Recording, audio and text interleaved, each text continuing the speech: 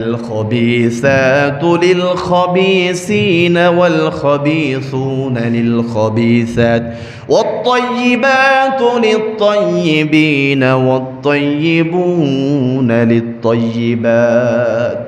আমরা সাধারণত অনেক সময় বিবাহ শাদীর ক্ষেত্রে এই বিষয়টা খুব বেশি হয়ে থাকে। সেটা হচ্ছে একটা ছেলে, সে হয়তোবা নেশাগ্রস্ত হয়ে গেছে, উদ্ভট চলাফেরা করে, উদ্বাস্তু জীবনযাপন করে, কিন্তু যখন একটা মেয়ে আনবে এই ছেলের জন্য আমরা সাধারণত কি সবচেয়ে ভালো মেয়েটা খোঁজ করি। এটা সুন্নাহ, খারাপ কিছু না। কিন্তু যেই ছেলেটা জেনে বুঝে আমি একটা মন্দ ছেলের সাথে একটা ভালো মেয়েকে অ্যাড করে দিলাম, মেয়েওয়ালা ব্যক্তি তো এটার জন্য আল্লাহর কাছে প্রশ্নবিদ্ধ হবে।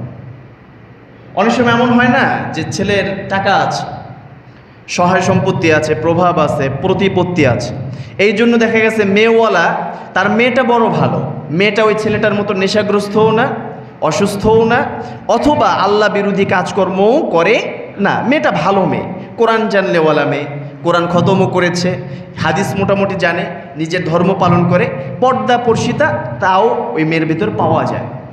মেয়েটা তো অবলা, অসহায়, কিন্তু এই মেয়েটা যেই বাবা মায়ের উপরে বিশ্বাস করেছিল আজীবন যে আমার বাবা মা কখনো আমাকে খারাপ একটা ছেলের হাতে তুলে দিবে না, কিন্তু বাবা দেখা গেছে ক্ষমতার লোভে পড়ে হোক, টাকার লোভে পড়ে হোক, বিভিন্ন দুনিয়াবি স্বার্থের লোভে পড়ে সেই ভালো মেয়েটাকে মন্দ ছেলের হাতে তুলে দেয়। এরকম আছে না নাই?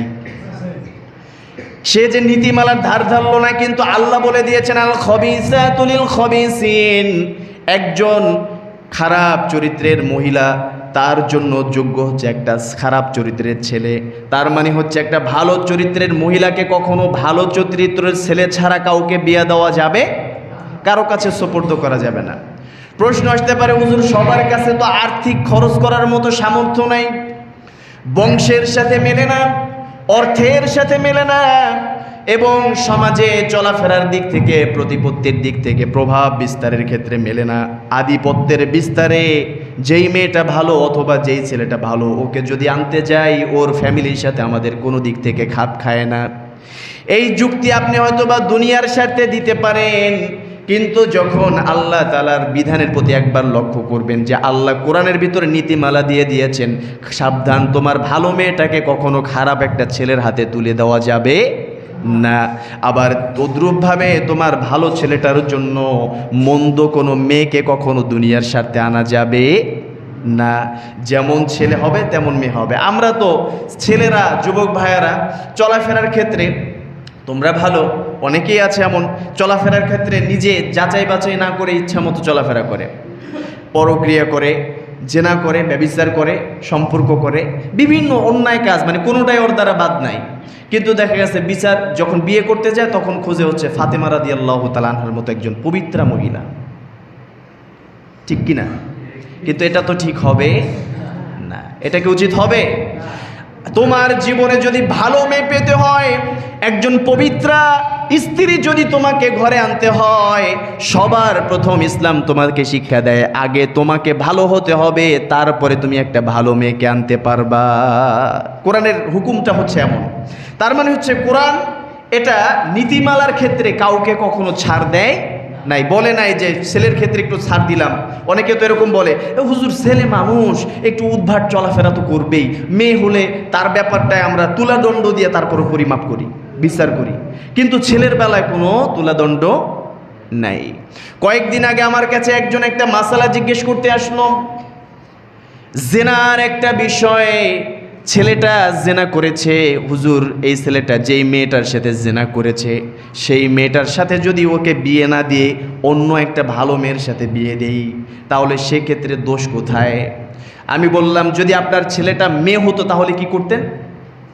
বলল, যদি মেয়ে হতো তাহলে ওই ছেলেটার সাথে বিয়ে দিতাম যে ছেলেটার সাথে খারাপ কাজ সে জড়িয়ে গেছে, তার সতীত্ব তার কাছে চলে গেছে, তার কাছে বিয়ে দিতাম।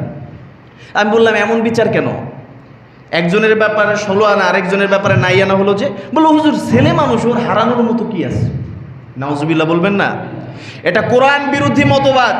মুসলমান সব ক্ষেত্রে সব সময় মনে রাখতে হবে, একজন নারীকে যেই চোখে দেখতে হবে একটা ছেলেকে ঠিক ওই রকম ভাবে সম্মানের দৃষ্টিতে দেখতে হবে।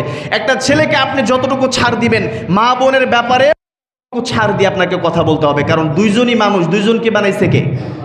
আল্লাহ তাআলা। সুতরাং আপনাকে যখন আপনার হৃদয়ের ভিতরে এই নীতিমালা না আনতে পারবেন, ততক্ষণ পর্যন্ত পরিপূর্ণ মুমিন হওয়া যাবে না।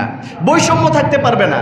আল্লাহ বলে দিয়েছেন আমাদেরকে, ওয়ালা তাতামান্নাউ মা ফাদ্দালাল্লাহু বিহি বা'দাকুম আলা বা'দ, তোমাদের পুরুষদেরকে আমি কিছু আলাদা বৈশিষ্ট্য দিয়েছি, নারীদেরকে কিছু আলাদা বৈশিষ্ট্য দিয়েছি। একজনের চাইতে আরেকজনকে কোনো দিক থেকে বেশি দিয়েছি, আবার কোনো দিক থেকে পুষিয়ে দিয়েছি। একজনের চাইতে আরেকজনকে বাহ্যিক দৃষ্টিতে যতটুকু বেশি দিয়েছি, ওয়ালা তাতামান্নাউ মা ফাদ্দালাল্লাহু বিহি বা'দাকুম আলা বা'দ, ওই বিষয়টা তোমরা নিজেরা কখনো আকাঙ্ক্ষা করো না। সুবহানাল্লাহ। এটা কার কথা? এই জন্য পুরুষ নারী কাউকে কখনো কোনো অবস্থাতে হিংসা করে কথা বলা যাবে, কাউকে ছোট করে কথা বলা যাবে না। আমরা কথা বলতে গেলে অনেক সময় ছেলেদের পক্ষ নিতে নিতে এমন নেই যে নারীদেরকে এক কোণে ফেলে দেয়, মনে করি যে ওরা আসলে ওই প্যাকেটবন্দি হয়ে ঘরের ভিতরে এই অবস্থান করবে, ওদের কোনো দাম নাই, এমনভাবে আমরা প্রচার করি। এটা ঠিক না, এটা আমাদেরকে মনে রাখতে হবে। কথা বলার মূল্যায়নের ক্ষেত্রে মা বোনদেরকে সবসময় আল্লাহর রাসূল কম মর্যাদা দিয়েছেন নাকি বেশি মর্যাদা দিয়েছেন?